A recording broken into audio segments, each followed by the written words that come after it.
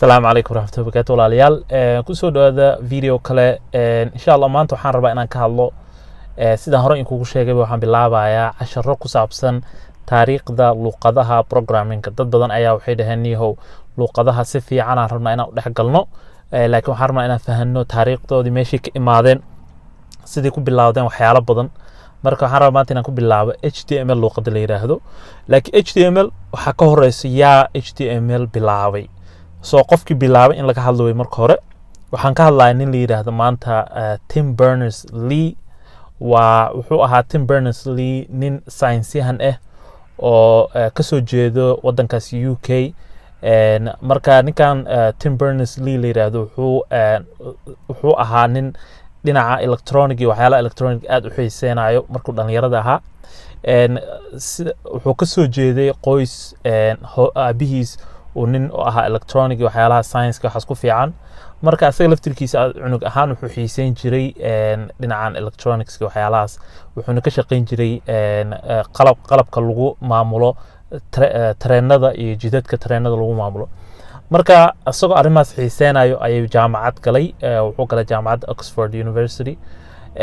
wuxuu bartay arrimahan chemistry iyo wuxuu bartay iyo cilmigan science-ka markii uu cilmiga ka soo baxay uu iskuulka ka soo dhameeyay wuxuu shaqo ka helay meeshan la yiraahdo CERN waxa weeye waa meel ku taalo Geneva magaalada Geneva CERN waxa weeye waa system hore loo sameeyay oo waa hore la sameeyay oo loogu talagalay in lagu helo maxaa la jiray waxa physics-ka loogu talagalay laakiin waxa lagu helaa particles waxay dhahan marka particles waxa weeye waa atoms weeye waxyaalaha bini aadamka wax kasta ka samaysan yihiin marka waxay sameynayaan qalab waxa weeye magaalo dhan sida ka soo qaad Muqdisho camal ku wareegsan oo qalab waxa weeye dhulka hoostiisa loo qoday oo tuubo camal ah oo weyn oo machine ah weeye waa computer weyn weeye marka waxay sameynayaan waxay gelinayaan particles waxay dhahan ama waxay gelinayaan atoms yaryar ah atoms-kaas la orsiinaya marka waxa lagu soo wareejinaya ka soo qaad Muqdisho camal marka CERN-kan lagu sheegay xataa wadankan Faransiiska xataa uu dhex maraa meel weyn u haysta intaas oo mile u haysta dhexdiisa dad degan magaalooyin caadi ah laakiin meesha ku wareegsan yahay waxa weeye caasimo meesha salku ah waa Geneva weey marka CERN-kaas marka ilaa hadda uu jira waa meesha ugu khatarsan qofkii science-yahan markuu yahay oo arrimahan physics ku baranayo waa qasab in uu wax ka barto CERN waxay tahay iyo waxay u taagan tahay marka meeshaas uu shaqo ka helay asagoo science-yahan ah meeshuu tagay markuu tagay wuxuu arkay in qof kasta oo ka imaada adduunka meelo kala duwan maxaa la science-yahan aad u kala duwan imaanaya meesha waqtigan waxa weeye 1980 dhexbartamihiisa waaye science-yahan carrada ka badan imaanaya oo la imaanaya waxooda oo raba in wax ay cadeeyaan laakiin qof kasta wuxuu keenayaa documentary nooc so hal documentary oo ma jirin oo qof kasta ay isku imaan karaan oo dhigi karaan halkan documentary wax lagu soo bandhigaa marka asaga waqti dheer waxay ku qaadatay in uu markii qof uu documentary keenaba inuu documentary dib u fiiriyo hadda fiirinaysa documentary wax meesha ku jirayna waa inaad computerka qofka uu keenay ku fiiriso maxaa computerada kale kuma shaqeynayo marka uu ku wareer arintii frustration badan iyo waxa ku dhacay wareer wuxuu yiri intaas oo boqol oo qof waxay keenayaan documentary kala duwan mid kasta format ama hab nooc kale u samaysan yahay computer gooni ina ku fiirisid waaye ilaa uu yiri waxaaba kaaga roonaanayso inaad qofka weydiiso marka hadii science-yahan uu keeno wax uu soo bandhigo waxaaba ka fiicanba oo kaaga fudud ina asaga la hadasho dhahdo bal iga waran wixii maxaad soo bandhigtay inta aad computerkiisa raadin lahayd ama computerka la gali lahayd wixii la soo bedeli lahaa waqti dheer qaadanaysa marka arintaana waxay ka qaadatay science-yahanyaasha meesha CERN ka shaqeeya waqti dheer in ay wax isku kala gudbiyaan waagaasna internet caadi wuu jiray oo haddii aad rabtid inaad wax dirtid oo meel kale u dirtid internetka waa ku diri kartaa laakiin hab waxaa loo diri jiray nooc kale oonan islahayn oo ma jirin wax macnaa qof kasta u yaqaano qof kasta habka u maleynayo u diri jiray kadib haddii uu shaqeynayo waa la soo celin jiray haddii kale fileka waa la furi jiray waa inaad haysid qalab sax u furtid marka wareerkaas fara badanaa jiray asaga marka wuxuu is yiri habka fudud aan sameynayo yiri wuxuu yiri waxaan sameynaa wax la hypertext waxa la sameynaa technology cusub oo la hypertext oo ah qoraalka laftirkiisa in computerka la gelin karo oo qof kasta adduunka jooga meel kasta ka arki karo haddii aad password u sameyn kartaa waxaad ku xiri kartaa laakiin hadduu mar furo qofka ma baahno computer gooni iyo qalab gooni uma baahno meel kasta ka arki karaa wixii uu rabay inuu macnaha soo bandhigo oo ahayd HTML-ka ilaa ku roon yahay habkii HTML-ka loo gudbin lahaa habku qofku u akhrin lahaa HTML-ka lagu sheegaa waa document caadi ah oo waa sida Excel waay ama waxa sida Microsoft Word camal waay laakiin wuxuu ku shaqeeyaa internetka oo internetka laga akhrin karaa marka sidee loo akhrinayo sida internetka la kala gudbinayaa arrintaas ayaa waxay ku qaata waqti in uu soo bandhigo waraaqad dheer uu ka soo qoray oo intaas oo page ah wuxuu u soo bandhigay ninkii madaxda ka ahaa meesha CERN waagaas marka asaga meeshaas ka shaqeynayay shaqadiisa ma ahayn inuu waxaan sameeyo oo waxaan uu abuuro laakiin shaqadiisa waxay ahayd inuu akhriyo artikeladii waxyaalay dadka soo bandhigeen saynisayaashii laakiin arrintaas adkaatay waqti dheer qaadanayso marka ninkii madaxda ka ah meesha uu soo bandhigay wuxuu yiri niyahow waxaana isku soo dubariday haddii aan arrintan aan hirgelino waxaa fududaanayo in saynisyahan kasta oo wax sameeyo meesha soo geliyo meesha webka ama uu soo geliyo HTML uu ka soo dhigo wixii markaas waxaa fududaanayso shaqadii fududaanayso oo qof kasta wixiisa la akhrin karaa isla markiiba marka ninkii madaxda ka ahaa meesha wuxuu yiri uu akhriyay article-ka wuxuu soo qoray ninkan wuxuu yiri wuxuu ku qoray meesha kore waxaa la ogaaday markii ninku dhintay ka bacdi yaa hal soo faagfaagay article-kii oo u dhiibay ninkii marka article meesha kore wuxuu ku qoray uu akhriyay wuxuu kor ku qoray vague but interesting af Soomaaliya waxaa lagu dhahaa waa wax macnaha aanan clear ahayn ama wax aan qeexnayn si fiican u qeexnayn laakiin waa wax macnaha ila fiican ama ila qurxan عملوا كوضع وكهلي لكن wuxuu leeyahay si fiican uma qeexno ma aha wax macnaha hadartan lacag hadan ku bixino aan hirgelin karna ma ahan waxa xal rabaa macnaha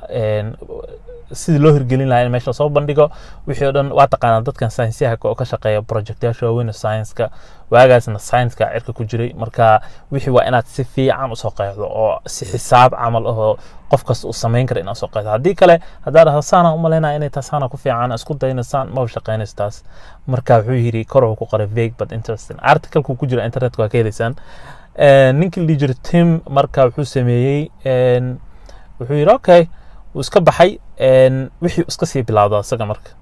ninkii bosska ka move sugin baa wuxuu yiri whatever waxa rabta dheh aniga geesa ka sameeysanaya inta shaqadan hayo ka bacdi waxaan galayaa sameynta arrintan programkii uu dhisay marka wuxuu dhisay luqadii HTML-ka habkii u sameysnaan lahayd wixii oo dhan uu dhisay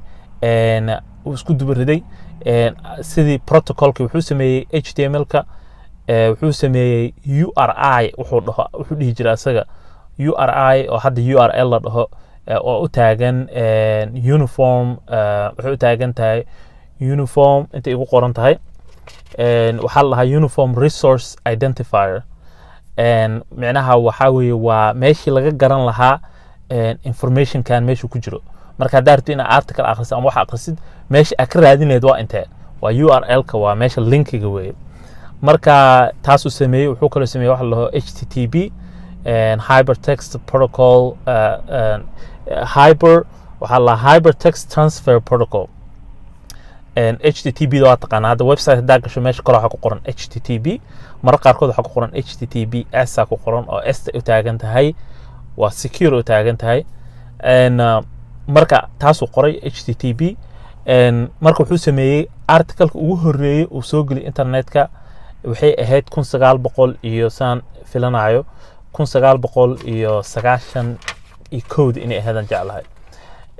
ayuu soo galiyay article-ka ugu horeeyay marka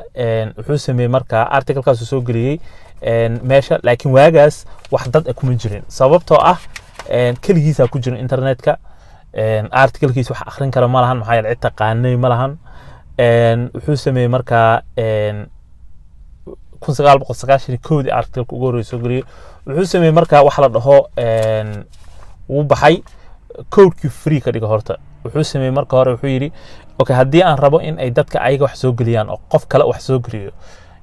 codeka lacag inaan ku gado qasab ma aha maxaa yeelay haddii aan lacag ku gadaayo waxay noqonaysaa dadka lacagta le besa heli karo markaas qof kale oo wax ka fiirsan kara ma jiro dadada way adkaanaysaa sheekada marka waxa dhan free aan ka dhigaya codeka htmlka free ka dhigay meel kastoo soo geliyo wuxuu yiri qof kastoo qaado 100% waa free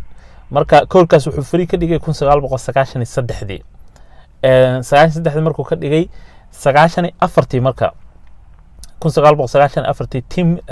Tim Berners-Lee ninkii bilaabay arrintan wuxuu ka soo guuray Yurubka meeshii Geneva uu ka shaqeynayay oo CERN ahayd wuxuu soo guuray MIT oo ku taalo magaaladan Boston waa jaamacadda waxa la Massachusetts Institute of Technology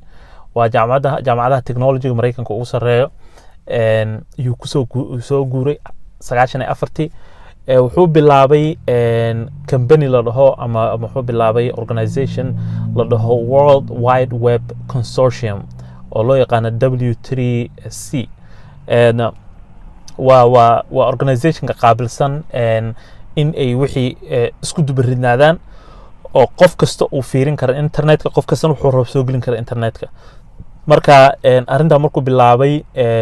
wuxuu sameeyay wuxuu la shaqeeyay company kale wuxuu la shaqeeyay waan ka hadli doonaa arintan hadda waxaan ka hadlayaa taariikhdii ninkii bilaaban ka hadlayaa laakiin taariikhda HTML-ka si gooni ah uga hadlayaa oo ka soo bilaabato 1990kii ka soo bilaabato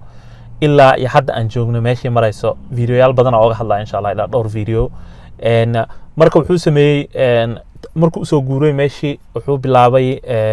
World Wide Web Consortium oo organization qaabilsan